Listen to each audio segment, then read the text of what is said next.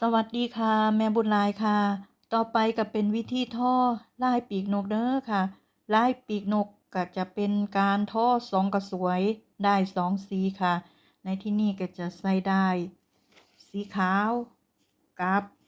สีชมพูเด้อค่ะวิธีทอก็ให้ทอตามนี้เด้อจ้ะให้เหยียบไม้ที่หนึ่งกับสองลงพร้อมกันสอดได้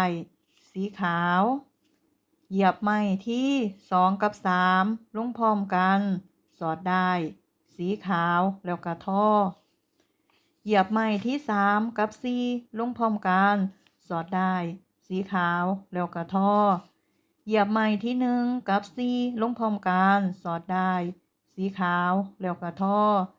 เหยียบไม้ที่สามกับสี่ลงพร้อมกันสอดได้สีชมพูแล้วก็ทอ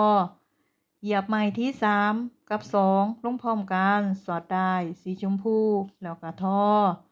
เหยียบไม้ที่สองกับหนึ่งลงพร้อมกันสอดได้สีชมพูแล้วก็ทอ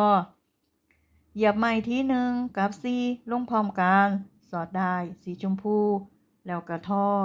พอครบถึง1 4แล้วก็ให้ไปเริ่มต้นที่1กับ2ไม้เด้อค่ะก็ให้ทอวนไปแบบนี้เรื่อยๆจ้านี่คือวิธีทอลายปีกนกสีขาวจ้า